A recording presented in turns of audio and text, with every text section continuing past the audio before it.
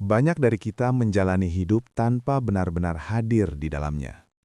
Tubuh kita ada di sini, namun pikiran kita sering berada di tempat lain. Di masa lalu, mengulang penyesalan, luka lama, atau cerita yang sudah berlalu. Atau di masa depan, membayangkan kekhawatiran, harapan, dan ketakutan yang belum tentu terjadi. Eckhart Tolle membuka The Power of Now dengan satu pengamatan sederhana, namun sangat mendalam. Bahwa sebagian besar penderitaan manusia tidak berasal dari situasi hidup itu sendiri, melainkan dari pikiran yang tidak pernah berhenti bergerak menjauh dari saat ini. Kita terbiasa hidup di dalam kepala kita, terus berpikir, terus menilai, terus memberi cerita pada setiap pengalaman. Tanpa sadar, kita mulai mengira bahwa pikiran itu adalah diri kita. Padahal, menurut Tolle, pikiran hanya alat. Dan ketika alat itu menguasai kita sepenuhnya, kita kehilangan satu hal penting: kehadiran. Buku ini tidak dimulai dengan janji perubahan besar.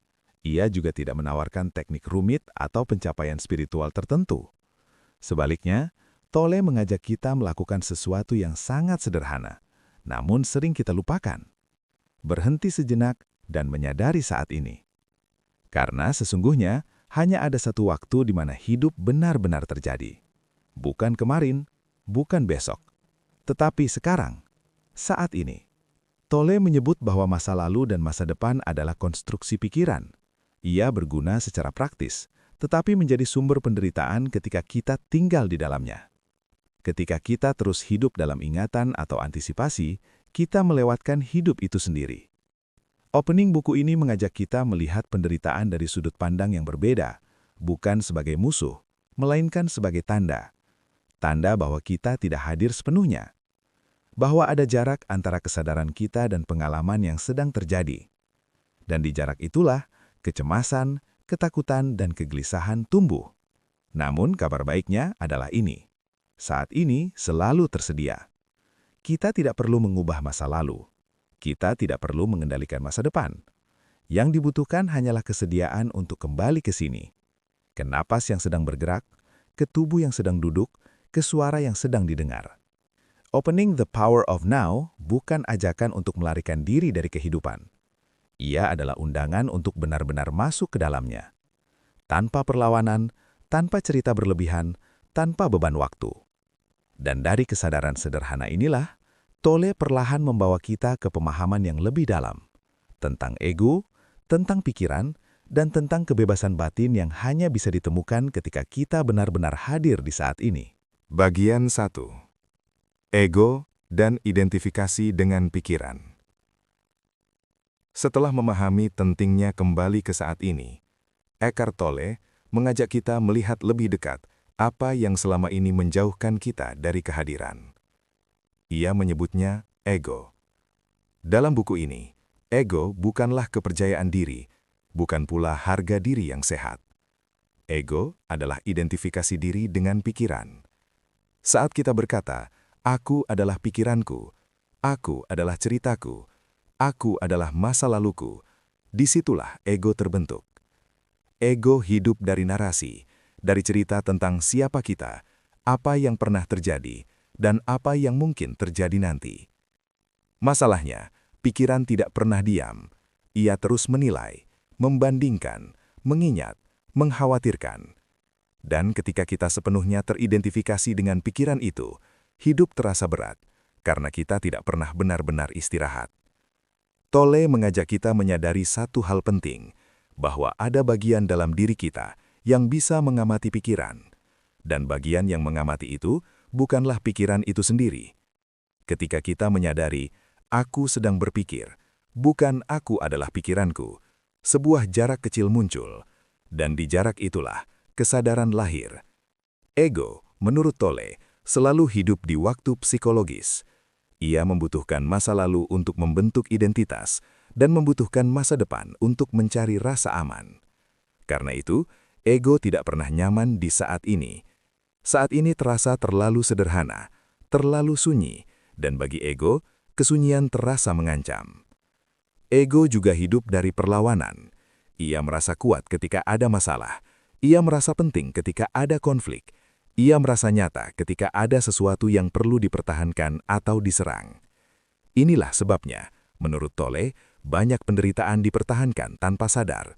Bukan karena kita menyukainya, tetapi karena ego tidak tahu hidup tanpa cerita penderitaan. Namun Tolle tidak mengajak kita memerangi ego. Ia tidak menyarankan perlawanan baru, karena melawan ego dengan ego hanya memperkuatnya. Yang ia tawarkan jauh lebih lembut, kesadaran. Dengan menyadari pola pikiran kita, tanpa menghakimi, tanpa ikut terbawa, ego perlahan kehilangan cengkramannya. Bukan karena dihancurkan, tetapi karena tidak lagi diberi energi perhatian tanpa sadar. Bagian ini mengajak kita melakukan satu latihan batin sederhana. Ketika pikiran muncul, amati saja. Ketika emosi datang, rasakan tanpa memberi cerita. Tidak perlu diubah, tidak perlu dilawan. Kesadaran itu sendiri sudah cukup. Dan dari kesadaran inilah kita mulai menyentuh ruang batin yang lebih dalam, ruang yang tidak terikat pada masa lalu atau masa depan, ruang yang hanya bisa ditemukan di sini, di saat ini. Emosi, pain body, dan pola penderitaan.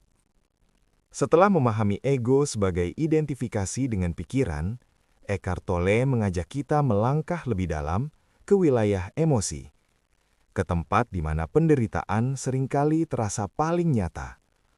Tolle memperkenalkan satu konsep penting yang ia sebut the pain body, tubuh rasa sakit. Pain body bukanlah sesuatu yang mistis atau asing. Ia adalah akumulasi emosi lama yang belum sepenuhnya disadari atau dilepaskan. Kesedihan yang tidak diizinkan untuk dirasakan sepenuhnya. Kemarahan yang dipendam. Rasa bersalah yang berulang. Luka emosional dari masa lalu. Semua itu menurut Tolle meninggalkan jejak energi di dalam diri kita. Dan ketika kondisi tertentu muncul, kata-kata tertentu, situasi tertentu, atau ingatan tertentu, pain body ini bisa aktif. Saat itu terjadi, emosi muncul dengan sangat kuat, seringkali tidak proporsional dengan situasi yang sedang terjadi. Kita merasa terseret, bereaksi tanpa sadar, mengucapkan hal-hal yang sebenarnya tidak kita maksudkan. Tolle menekankan bahwa pain body tidak ingin disembuhkan. Ia ingin bertahan. Ia hidup dari reaksi, dari drama, dari cerita penderitaan yang terus diulang. Dan selama kita tidak sadar akan keberadaannya, pain body akan terus mengendalikan respons kita. Namun sekali lagi, Tolle tidak mengajak kita melawan atau menekan emosi. Ia tidak menyarankan untuk menjadi positif secara paksa. Yang ia tawarkan adalah kesadaran yang lembut. Ketika emosi kuat muncul, langkah pertama bukan menganalisis, bukan membenarkan, dan bukan menyalahkan. Langkah pertama adalah menyadari. Menyadari bahwa sesuatu sedang terjadi di dalam diri. Merasakan sensasi di tubuh, tanpa memberi cerita tambahan. Tanpa mengatakan, aku selalu begini, atau ini pasti akan berakhir buruk. Dengan kesadaran ini, sesuatu mulai berubah. Pain body tidak bisa bertahan tanpa ketidaksadaran. Ketika disinari oleh kehadiran, ia mulai melemah. Bukan karena ditolak, tetapi karena dilihat. Tolle menjelaskan bahwa kesadaran adalah ruang. Dan di dalam ruang itu, emosi bisa hadir tanpa harus menguasai kita. Kita tidak lagi sepenuhnya menjadi emosi itu. Kita adalah kesadaran yang mengamatinya. Bagian ini mengajarkan satu pelajaran penting, bahwa kebebasan batin bukan berarti tidak pernah merasakan emosi, melainkan tidak lagi sepenuhnya dikendalikan olehnya. Dan ketika emosi dilewati dengan kesadaran, tanpa perlawanan, ia akan berubah, melembut, mereda, dan pada akhirnya larut dengan sendirinya. Dari pemahaman inilah, Eckhart Tolle membawa kita ke inti ajarannya, ke satu pintu yang selalu terbuka, saat ini. Karena hanya di saat inilah kesadaran sejati dapat ditemukan. Bagian 2. Kekuatan saat ini.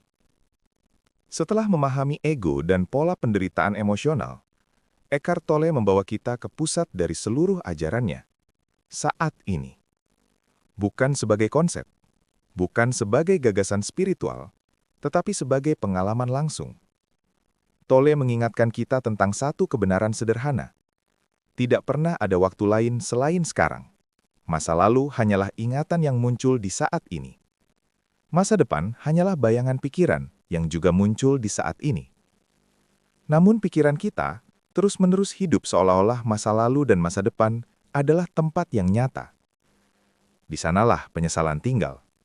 Di sanalah kecemasan tumbuh. Tolle membedakan dua jenis waktu. Waktu kronologis, yang kita perlukan untuk janji, rencana, dan aktivitas sehari-hari. Dan waktu psikologis, yaitu ketika pikiran terjebak dalam cerita tentang apa yang telah terjadi atau apa yang mungkin terjadi. Masalah manusia modern, menurut Tolle, bukan karena menggunakan waktu, melainkan karena hidup di dalamnya. Ketika kita terus-menerus menarik masa lalu ke dalam saat ini, atau mendorong diri ke masa depan yang belum ada, kita kehilangan satu hal penting, kehadiran. Kekuatan saat ini terletak pada kesadaran yang sepenuhnya hadir. Bukan hadir dengan usaha keras, bukan dengan konsentrasi tegang, tetapi dengan penerimaan lembut. Tolle mengajak kita melakukan satu latihan sederhana. Tanyakan pada diri sendiri, apa yang sedang terjadi sekarang, di momen ini? Bukan di pikiran, tetapi di pengalaman langsung. Perhatikan napas, rasakan tubuh, dengarkan suara di sekitar. Saat perhatian kembali ke sini, pikiran melambat. Bukan karena dipaksa berhenti, tetapi karena tidak lagi menjadi pusat perhatian. Di momen ini, tidak ada masalah. Masalah selalu membutuhkan waktu, cerita, dan penilaian. Saat ini yang ada hanyalah apa yang sedang terjadi. Dan ketika kita benar-benar hadir, rasa damai muncul tanpa harus dicari. Tolle menekankan bahwa kehadiran bukan berarti mengabaikan tanggung jawab hidup. Kita tetap bisa merencanakan, tetap bisa bertindak, tetap bisa berpikir. Namun berpikir dari kehadiran, bukan dari kecemasan. Bertindak dari kesadaran, bukan dari reaksi.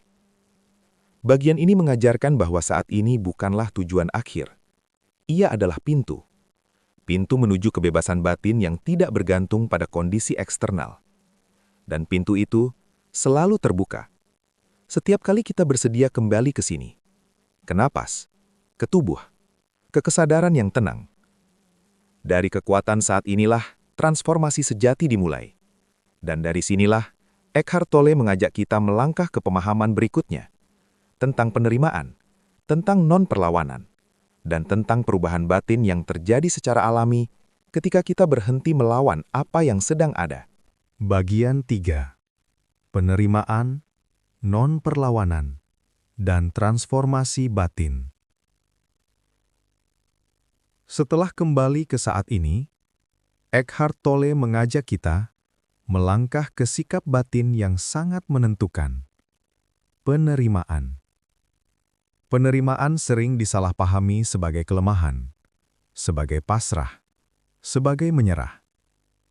Namun dalam The Power of Now, penerimaan memiliki makna yang berbeda. Penerimaan adalah mengakui sepenuhnya apa yang sedang terjadi, tanpa perlawanan batin. Bukan berarti kita menyukai situasi itu. Bukan berarti kita berhenti bertindak. Melainkan berhenti menolak kenyataan yang sudah ada. Tolle menjelaskan bahwa banyak penderitaan manusia bukan berasal dari rasa sakit itu sendiri, melainkan dari perlawanan terhadap rasa sakit. Rasa sakit fisik mungkin tidak bisa dihindari, namun penderitaan psikologis muncul ketika pikiran berkata, "Ini seharusnya tidak terjadi." Kalimat batin itu, seharusnya tidak, adalah bentuk perlawanan. Dan di sanalah energi kita terkuras. Penerimaan mengakhiri perlawanan itu. Ketika kita berkata, inilah yang ada sekarang, tanpa tambahan cerita. Sesuatu melembut di dalam diri. Ketegangan berkurang, pikiran melambat, dan ruang kesadaran terbuka. Tolle menekankan bahwa penerimaan selalu terjadi di saat ini. Kita tidak menerima masa lalu. Kita tidak menerima masa depan. Kita menerima apa yang sedang terjadi sekarang. Dan dari penerimaan ini, transformasi batin muncul secara alami. Bukan melalui paksaan, bukan melalui kontrol berlebihan, tetapi melalui kejelasan. Ketika tidak ada perlawanan, energi yang tadinya digunakan untuk melawan kenyataan kembali tersedia untuk bertindak dengan bijak. Inilah makna non-perlawanan. Non-perlawanan bukan berarti diam dan tidak berbuat apa-apa. Ia berarti bertindak tanpa kemarahan batin, tanpa kebencian, tanpa penolakan terhadap hidup. Tolle menyebut ini sebagai kecerdasan yang lebih dalam. Kecerdasan yang tidak berasal dari pikiran analitis semata, melainkan dari kesadaran yang hadir. Bagian ini mengajarkan bahwa perubahan sejati tidak dimulai dari melawan apa yang ada, melainkan dari melihatnya dengan jujur dan tenang. Dan ketika penerimaan hadir, hidup tidak selalu menjadi mudah. Namun ia menjadi jernih. Dan kejernihan itulah yang memungkinkan kita melangkah ke depan tanpa membawa beban yang tidak perlu. Dari pemahaman ini, Eckhart Tolle membawa kita ke wilayah kehidupan sehari-hari, ke pekerjaan, ke aktivitas rutin, ke momen-momen biasa, untuk melihat bagaimana kehadiran dan penerimaan dapat mengubah cara kita menjalani hidup, tanpa harus mengubah hidup itu sendiri. Bagian 4. Kehadiran dalam aktivitas sehari-hari dan relasi. Setelah memahami penerimaan sebagai sikap batin, Eckhart Tolle mengajak kita melihat bagaimana kehadiran dihidupi dalam keseharian. Bukan hanya saat duduk diam, bukan hanya saat merenung, tetapi justru di tengah aktivitas biasa. Saat bekerja, saat berjalan, saat berbicara dengan orang lain. Tolle menekankan bahwa kehadiran sejati tidak membutuhkan kondisi khusus. Ia tidak bergantung pada keheningan sempurna atau waktu luang yang panjang. Kehadiran dimulai ketika kita sepenuhnya berada dalam apa yang sedang kita lakukan.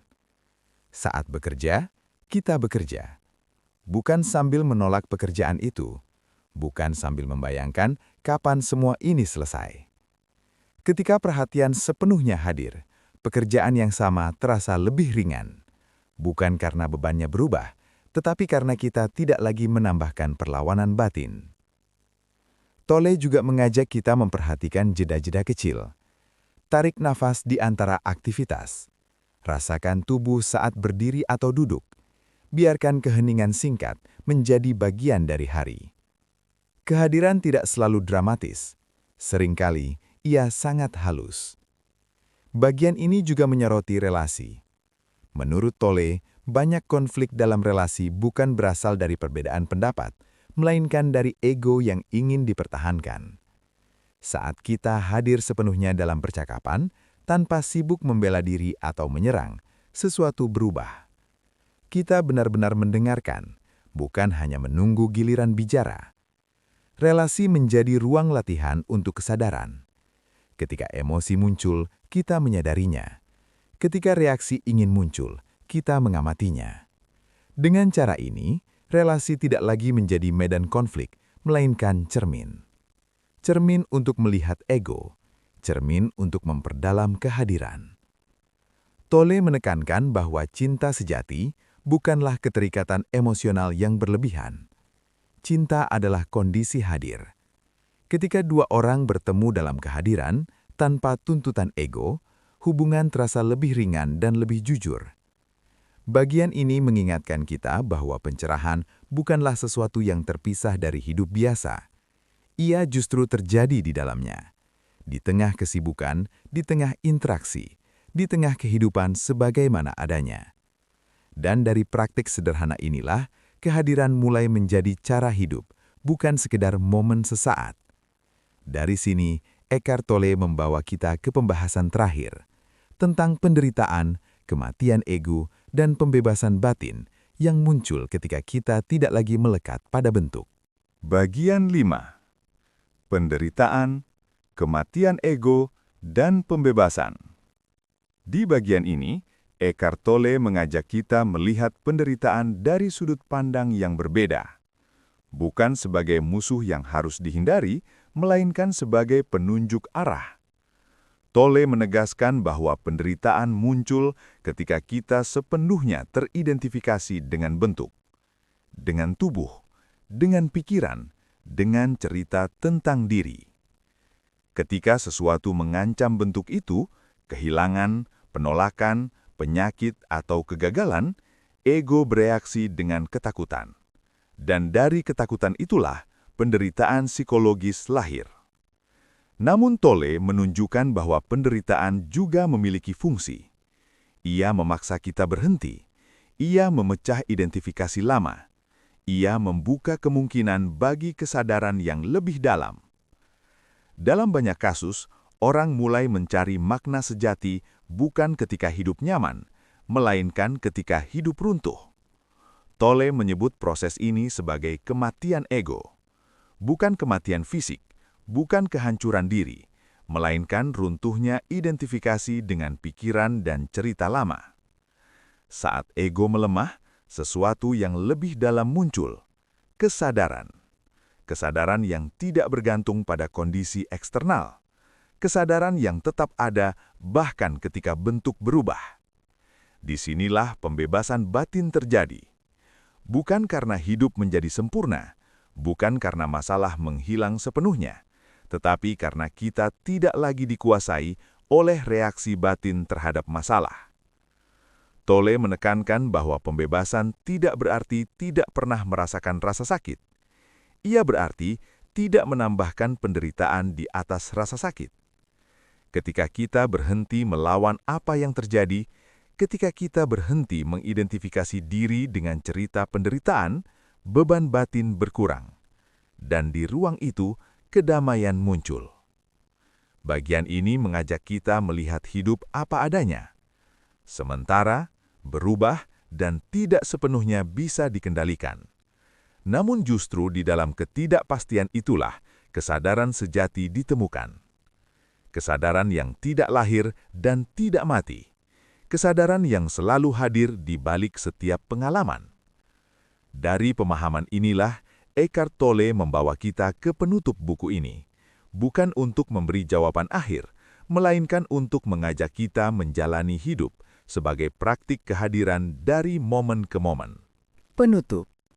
Hidup sebagai praktik kehadiran. Pada bagian akhir The Power of Now, Eckhart Tolle tidak menutup bukunya dengan kesimpulan yang keras atau ajakan besar untuk berubah. Ia justru kembali ke sesuatu yang sangat sederhana. Saat ini. Setelah seluruh perjalanan batin yang telah kita lewati, tentang ego, pikiran, emosi, penderitaan, dan pembebasan, Tolle mengingatkan kita bahwa tidak ada tujuan akhir yang perlu dicapai. Tidak ada titik di mana kita akhirnya selesai. Hidup, menurut Tolle, bukan proyek yang harus disempurnakan. Ia adalah praktik. Praktik untuk kembali hadir, lagi dan lagi, di setiap momen yang muncul. Kehadiran bukan sesuatu yang kita miliki. Ia adalah sesuatu yang kita sadari. Dan kesadaran itu selalu tersedia. Di nafas yang sedang bergerak, di tubuh yang sedang duduk, di suara yang sedang terdengar. Tolle menegaskan bahwa pencerahan bukanlah pengalaman luar biasa yang hanya dialami segelintir orang. Ia adalah penghentian identifikasi dengan pikiran. Ketika kita tidak lagi sepenuhnya mempercayai setiap pikiran, ketika kita tidak lagi menjadikan setiap emosi sebagai identitas diri, ruang batin terbuka. Di ruang itu, hidup terasa lebih ringan. Masalah mungkin masih ada, tantangan tetap muncul, namun kita tidak lagi menjadi masalah itu sendiri. Bagian penutup ini mengajak kita untuk tidak menjadikan kehadiran sebagai konsep. Bukan sesuatu yang harus dipikirkan, diperdebatkan, atau dikejar. Kehadiran adalah apa yang tersisa ketika kita berhenti mengejar. Ketika kita berhenti menuntut hidup agar berbeda dari apa adanya. Tolle juga mengingatkan bahwa praktik ini tidak selalu mudah. Pikiran akan kembali, ego akan muncul lagi, emosi lama akan bangkit sesekali. Dan itu tidak masalah. Setiap kali kita menyadarinya, itulah praktiknya. Bukan menghilangkan pikiran, bukan menghapus emosi, tetapi menyadarinya tanpa larut di dalamnya. Dengan cara inilah, kehadiran menjadi cara hidup, bukan pelarian dari dunia, melainkan cara untuk hidup sepenuhnya di dalam dunia. Di tengah kesibukan, di tengah relasi, di tengah ketidakpastian hidup. Dan mungkin, itulah pesan terdalam dari The Power of Now.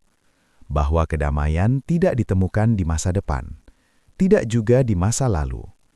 Ia ditemukan ketika kita bersedia hadir sepenuhnya di saat ini. Di sini, sekarang.